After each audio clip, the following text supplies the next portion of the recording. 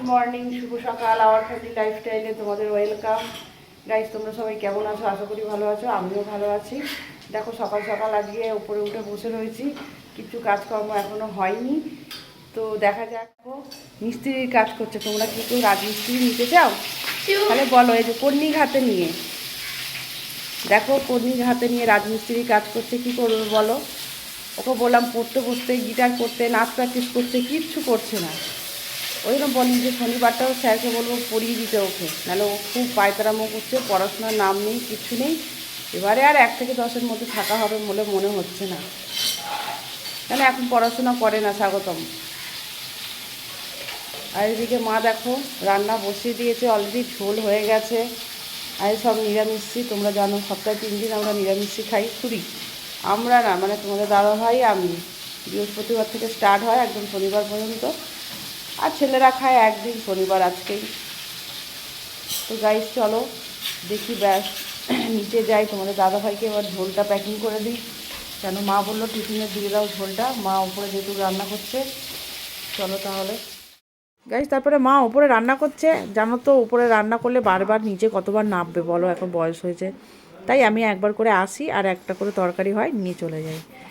তো দেখো গরম ঝোল নিয়ে যাচ্ছি, ঝোলটা একদম পাতলা মতন করেছি, কিন্তু কিছু করার নেই, নাপতেও আমার ভয় পাচ্ছে গরম ঝোলটা নিয়ে। চলো আমি নিচে যাই।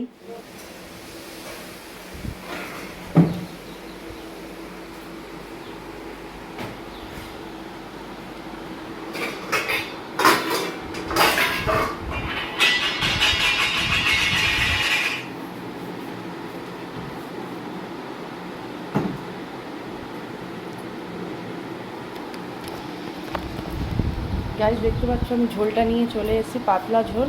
এই যে গামছা পরে বসে রয়েছে দেখো, তেমন ওই ঝোলের মধ্যে গামছা পরে এবার নাববে, নাচবে না, নাববে।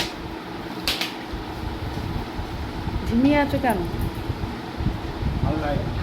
কাজে যাবে না? কাজে না গেলে খাবো কি? একদিন ছুটি করো না। ছুটির কথা ভুলে যাও। ছুটি করলে কেউ পয়সা দেবে বলো? কাজ করলে দুটো খেতে পাবো। আমাদের অনেক পয়সা নেই যে একদিন কাজ কামাই করলে চলে যাবে। সবাই রাজা। ঠিক আছে চলো আমরা গাইস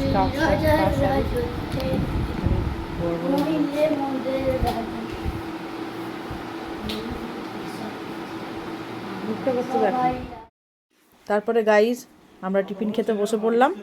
দেখো ওই সেই পাতলা ঝোল দিয়ে আমি একটুখানি ভাত নিয়েছি, খেতে ইচ্ছা করছে না কিন্তু তবু তো খেতে হবে বলো।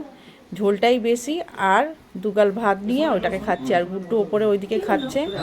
আর মা দেখুন একটা সিলভারের থালা নিয়ে বসেছে, যেটা আমি একদমই পছন্দ করি না। সিলভারের থালাটা দেখলে আমার বিরক্ত লাগে। কেন? আমি সিলভারের থালা নিজে খাই না, কেউ যদি খায় আমার আরও বিরক্ত লাগে। কিছু বলারও নেই, যে যার মনের ইচ্ছে সেটাই করে।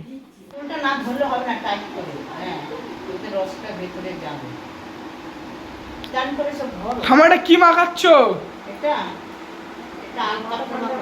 ও বুঝতে পেরেছি। 1 সেকেন্ড দাঁড়াও, এটা কি মাখাচ্ছ দেখি। এটা তো বিচুরি পাতা মাখাচ্ছ কেন ঠামাকে?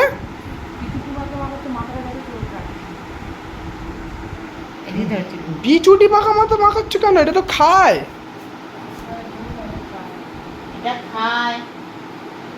মাথায় দেয়। তুই কি বিক্রি করছিস নাকি? হ্যাঁ গাইস দেখতে পাচ্ছ, মনে হচ্ছে বিয়ে বাড়ি যাবে নাকি নিজের বিয়েই লেগেছে, ভগবান জানে। বসে বসে মুখে মাখছে, কি দেখো মাথায় মেহেন্দি করা হয়ে গেছে, আমার মুখে মাখছে। ওইদিকে ছোট নাতি বায়না করছে, ও মাখবে বলে। কোথাও যাবেন নাকি? কোথায় যাবো? তার মুখ ফুক ফেসিয়াল করছে, কি ব্যাপার? হ্যাঁ শখ হচ্ছে একটু সাজতে। সাজতে। তাহলে আপনি আর আমি মিলে একদিন শর্ট ভিডিও করতে হবে নাচের। হ্যাঁ চলো চলো তাহলে দেখাবো যেদিনকে শর্ট ভিডিও করবো।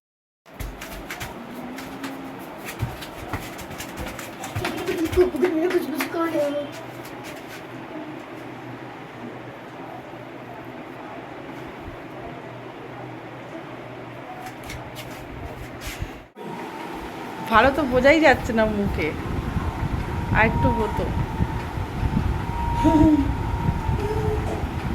আরে দেখ না, দেখ কি বাবা হঠাৎ মাগলি কেন, কোথাও যাবি না কি? মুখটা ফর্সা হবে। মুলতানি মাগলে আবার মুখে ফর্সা হয়? কোনোদিন শুনিনি বাপের জন্ম, ফর্সা হয় না বোকা। কিছু বল। কি আর বলবো, এটা তো সেই একটা যেমন সেই কাকে পটি করে ওপর দিয়ে তেমন মুখে যেন পড়ে যায়, আমি সবটা মেখে নিয়েছি। আমার তো মনে হচ্ছে কোথাও প্রেমে টেমে পড়েছে, না হঠাৎ কেন এত রূপ চচ্ছে। এইটা একটা এমন জিনিস যে কয়লাকে মাখালেও সে হীরায় পরিণত হয়। গাইজ তোমরা কিছু মাইন্ড করো না, আসলে ও কিছু জানি না, ও মনে হচ্ছে কোথাও প্রেমে টেমে পড়েছে, ওই জন্য এত রূপ চর্চা হঠাৎ শুরু করেছে। আর তার সঙ্গে সঙ্গে ঠাকুমা আর নাতি দুজন মিলেই প্রেমে পড়েছে। ঠাকুমা নাতি, আমি কি বললাম, ঠাকুমা নাতি দুজনেই মনে হয় প্রেমে পড়েছো, ওই জন্যই তোমাদের এত রূপ চর্চা। তার সঙ্গে আমার ছোটটাও আছে। না আমি মাখি সেটা বলো, না মিথ্যা কথা বলবে না। না আমি মাখি। নিজের মুখটা দেখো। চলো গাইস এবার স্নান করতে। Guys, দেখতে পাচ্ছ, তারপর স্নান ফান করে নিয়েছি, করে নিয়ে আমি এবার ভাত বাড়ছি, এবার খাওয়া দাওয়া করে ফেলি, আবার আঁকার ক্লাস আছে, ড্রয়িংয়ের ক্লাস। তো ভিডিওটা আজকে আর এগোলাম না, আজকের মতো টাটা।